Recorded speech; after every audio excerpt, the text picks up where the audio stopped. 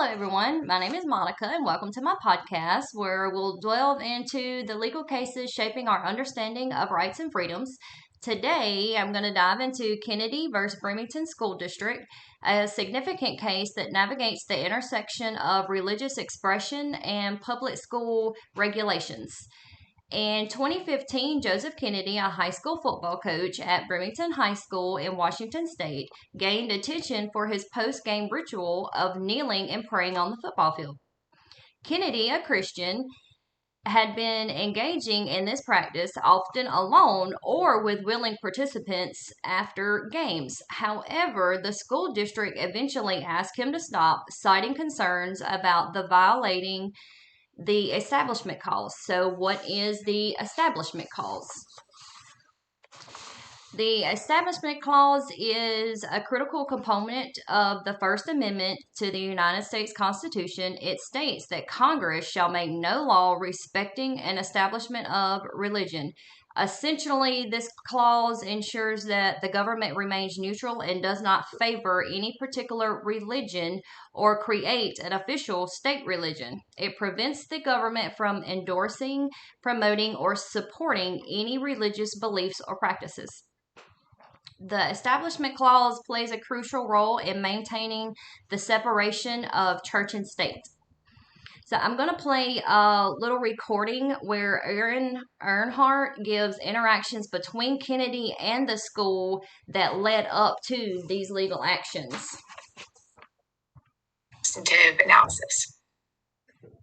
All right, so Coach Joseph Kennedy was a coach at Bremerton High School, which is outside of Seattle, Washington, for 7 years. He was the assistant football coach. He's a former Marine and a devout Christian, and he felt called by God to pray following every game, win or lose, at the 50-yard line, just briefly for 30 seconds or so, to thank God for the safety of the players and the sportsmanship and the spirited competition that they'd had.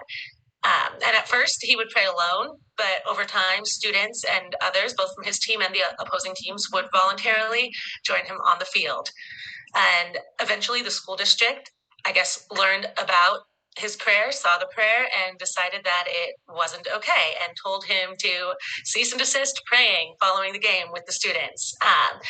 And Kennedy stopped praying with students, but he sought an accommodation to keep being allowed to pray on the 50-yard line by himself.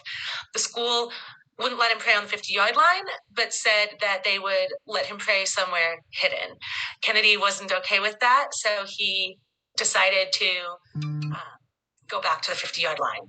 They gave him the press box as an option, right? They said you can go pray in the confines of the press box. Yeah, they basically said you can go hide and pray, but you can't do it anywhere where you might possibly be seen by students, even if the students aren't joining you.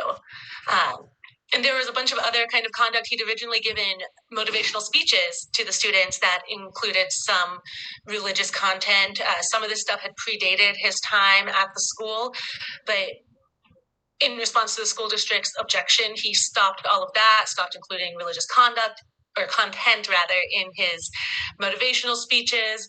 And as Justice Gorsuch noted in his opinion, the district disciplined him only for his decision to persist in praying quietly with players after several games in October of 2015, not for any of the extra conduct that might have been discussed in the media or by the dissent. It was only for these brief, quiet prayers at the 50-yard line. And ultimately, Coach Kennedy was disciplined and then asked not to return to the school for the next season. And so he sued in federal court, alleging that the school district violated his free speech and free exercise rights under the First Amendment of the U.S. Okay. So Kennedy argued that his actions were protected under the First Amendment's free exercise and free speech clauses.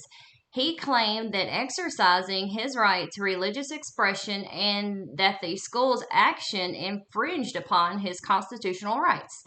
The case made its way through the legal system, with Kennedy initially losing in federal district court, then winning a partial victory at the Ninth Circuit Court of Appeals, which ruled that the school district had likely violated his rights.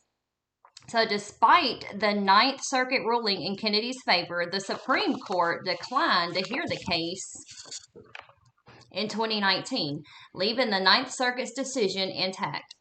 The court's decision not to take up the case meant that there was no nationwide precedent set, leaving the legal landscape around religious expression in public schools somewhat unclear. So, the implications. The Kennedy versus Bremerton School District case raises important questions about the balance between religious freedom and the Establishment Clause of the First Amendment, which prohibits the government from establishing or promoting a particular religion. It also highlights the challenges faced by public school administrators in navigating competing interests and ensuring that school environments remain inclusive and respectful of diverse beliefs. So now I'm going to play a little clip from ABC News that gives Coach Kennedy's reaction to his decision. Give me 1 second.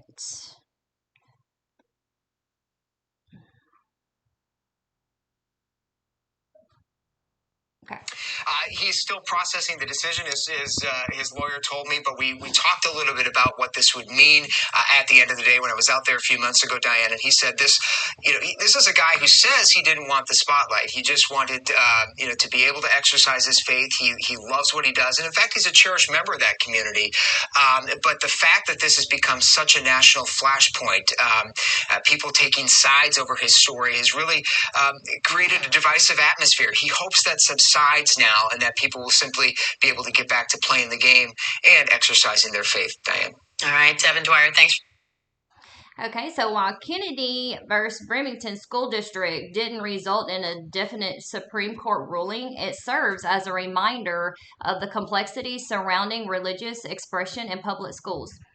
As our society continues to evolve, it's crucial to consider how we can uphold individual freedoms while also respecting the principles of secularism and inclusivity in public institutions.